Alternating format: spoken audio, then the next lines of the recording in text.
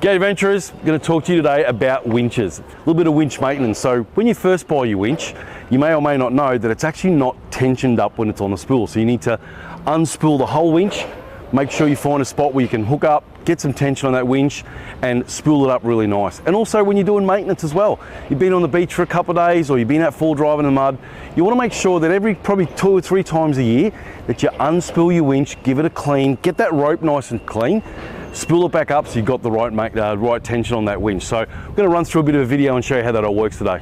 All right, so the main reason we're showing you today about winch maintenance is couple of really important things.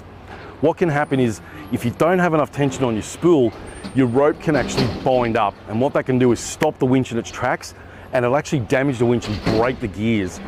On top of that also, the rope will almost burn and you lose all of the capacity of the rope and you're at very high risk of that rope actually snapping, and that's the last thing you want when you're out having fun. So as you're doing your winch maintenance, you're unspooling, you also want to be checking your rope as well, running your fingers over it, making sure no nicks and cuts, or if there is a part where it's slightly damaged that you can repair, that's not an issue, but making sure your winch has got the integrity that you need.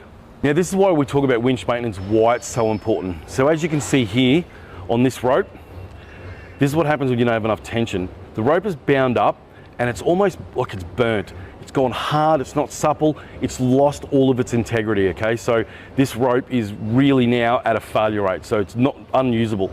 Now because of that also, it knotted everything up, put so much tension on the spool that it's actually stripped spool gears there. So I can't stress enough why winch maintenance is important and making sure that you've got the right tension on your spool so you don't lose the integrity of the rope and you don't have a catastrophic failure. All right, so we're here today at Mean Mother headquarters and we're going to show you how we're going to spool this the winch up to get some good tension on it. So as you can see, I've got my winch rope out. We're set up here on a nice little bit of an incline because you want to make sure you get a good enough tension on that winch rope. So obviously most importantly, your winch blanket as well. Make sure you've got that on your rope so if anything does happen, that the tension and the whip of the rope is collected by that winch blanket. So here today we've used a forklift as our base, but as long as you find somewhere where like a tree or sturdy pole that you know it's not going to give you much trouble when you're out and about doing the same thing. So we're going to run through it and show you how it all works.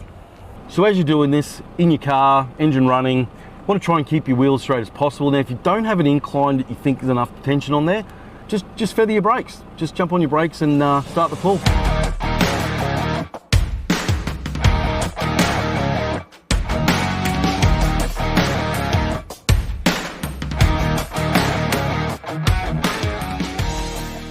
All right, so as you're getting towards the end of it, the last meter or two is not a huge issue. 99% of your tension's already on the spool. Unhook it, make sure you've got your protective cover on the end of the rope and you're good to go. All right, so as I said, that last couple of meters is okay. Most of your tension's on the spool now. Make sure your protective cover's right towards the end. Hook it on your car however you like and you're ready to go. But just make sure at least once or twice a year, you get that maintenance done and make sure you're no problems when you're out adventuring and having fun.